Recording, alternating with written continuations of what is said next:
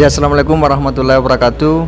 Hari ini kita akan berbincang terkait dengan sejarah salah satu kerajaan yang pernah ada di bumi selatan Sulawesi Selatan ini, yakni Kerajaan Kindang, yang merupakan salah satu sekutu Kerajaan Goa di masanya. Hari ini saya bersama dengan Bapak Haji Andi Awaludin yang selaku camat di Kecamatan Kindang sekaligus sesepuh dari Kerajaan Kindang. Seperti apa perjalanan kerajaan ini di masa lalu, kita akan berbincang dengan. Terima kasih.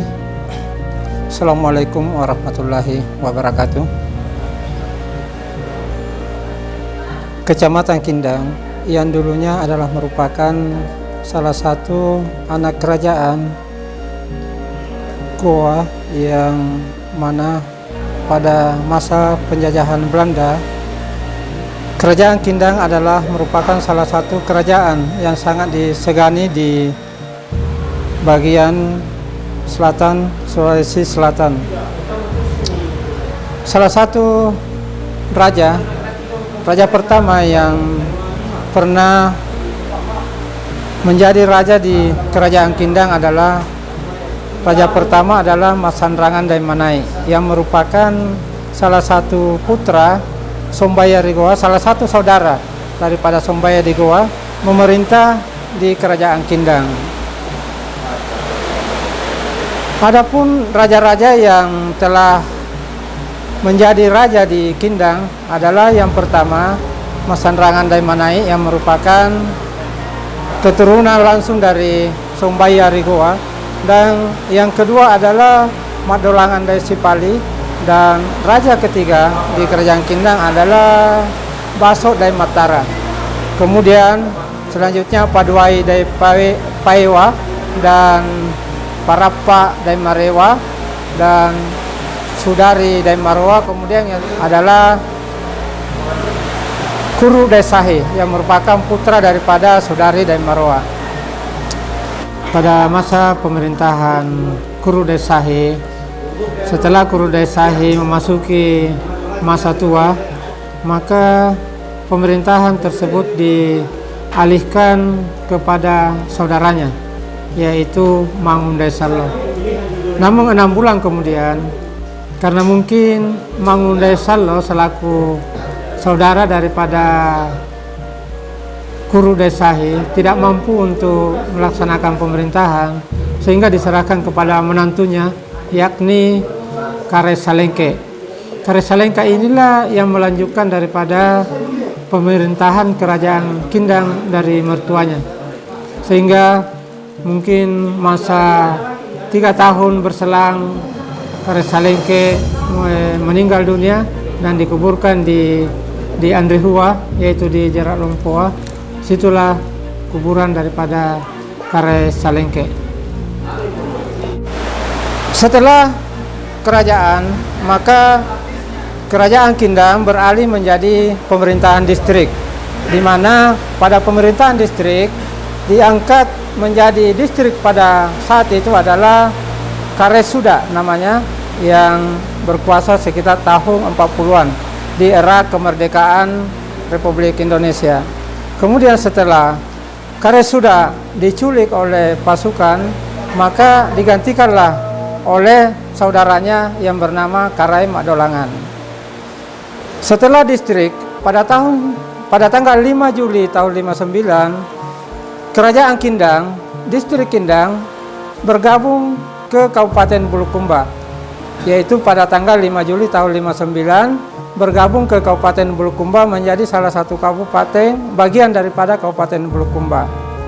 Dengan lahirnya Undang-Undang 25 tahun 59 tentang penggabungan daerah-daerah tingkat 2 di Sulawesi Selatan, sehingga distrik Kindang bergabung menjadi salah satu kecamatan di Kabupaten Bulukumba, yaitu Kecamatan Gantarang Kindang. Kecamatan Gantarang Kindang setelah tahun 96 terjadi pemekaran kecamatan, yaitu Kecamatan Kindang berpisah dari Kecamatan Gangking. Pada tahun 96 maka ada 4 desa yang masuk di Kecamatan Kindang, yaitu Desa Matirwalie, Desa Andrihua, Desa Kindang, dan Desa Boronrapoa. 6 desa ini bergabung menjadi satu kecamatan di Kecamatan Kindang. Sehingga berjalan dengan perkembangan pemekaran, maka hari ini di tahun sekarang sudah mencapai 12 desa dan 1 kelurahan di Kecamatan Kindang dengan jumlah penduduk sekitar 32.216 jiwa.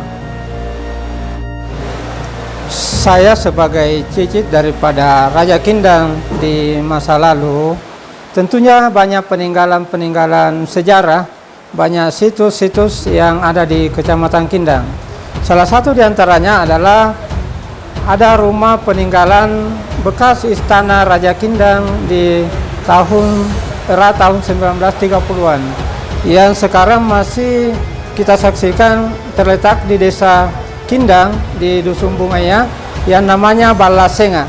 Ini adalah merupakan salah satu situs peninggalan Raja Kindang di masa lalu, yaitu istana.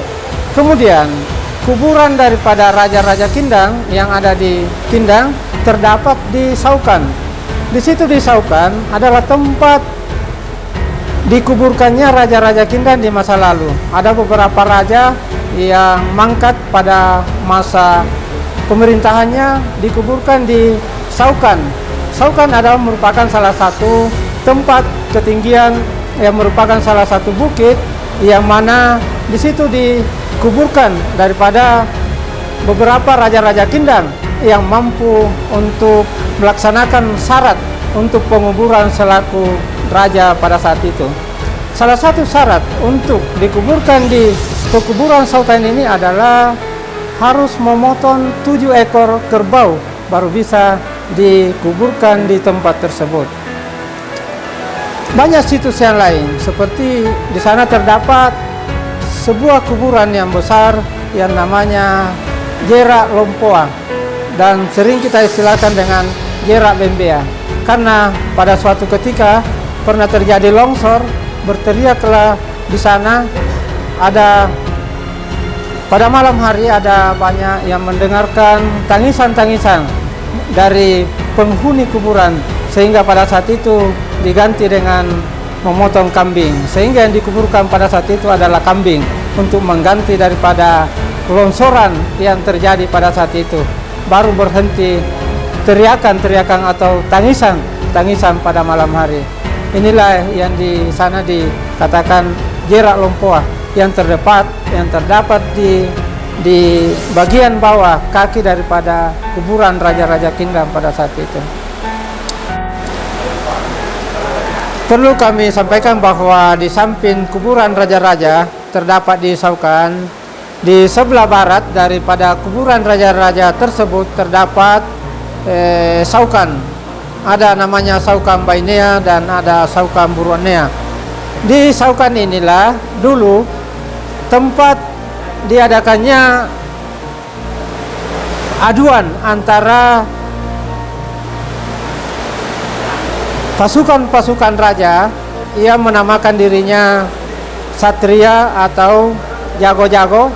Disinilah bertarung siapa yang kebal, siapa yang tidak kebal, maka disinilah dipertaruhkan di Saukan ini. Sehingga di Saukan ini terdapat 2 lubang. Lubang yang satu untuk peserta daripada Saukan, artinya pengaduan antara 2 manusia, dan yang satu tempatnya untuk saling baku tikam untuk bagaimana siapa yang kebal. Di sini terdapat di samping daripada kuburan raja-raja. Siapa yang mati yang tidak kebal maka dikuburkanlah di Saukan Bainea di samping daripada kuburan raja-raja. Jadi tidak bersamaan di samping kuburan daripada raja-raja tersebut, tapi dia berada di sebelah barat daripada kuburan Raja-Raja Kindang pada saat itu. Di Bulu Romang, tempat penancapan daripada bendera Bulu Cilampana Kindang itu terdapat satu buah kuburan yang namanya Dacolong. Konon Dacolong ini adalah merupakan kuburan daripada raja pertama Kindang yang dikeramatkan oleh masyarakat Kindang pada masa-masa yang lalu. Di Dacolom sekarang atau Bulu Romang terdapat di Dusun Cibollo, Desa Kindang, Kecamatan Kindang, Kabupaten Bulukumba. Di samping kuburan tersebut juga ada kuburan besar. Menurut cerita adalah merupakan salah satu kuburan dari Raja Goa yang terdapat di Dusun Cibollo yang terdapat di Lempangan, yang sering dikatakan istilah kuburan di Buto Lempangan. Kerajaan Kindang pada masa sebelum para Pademarewa itu adalah sangat luas. Kerajaan Kindang wilayahnya menjangkau Kecamatan Bulukumpa. Salah satu wilayah Kecamatan Kindang pada saat itu, Kerajaan Kindang adalah Hulo yang sekarang adalah masuk di Desa Sapobonto. Ini merupakan wilayah kekuasaan Karaeng Kindang pada masa lalu. Tapi akibat daripada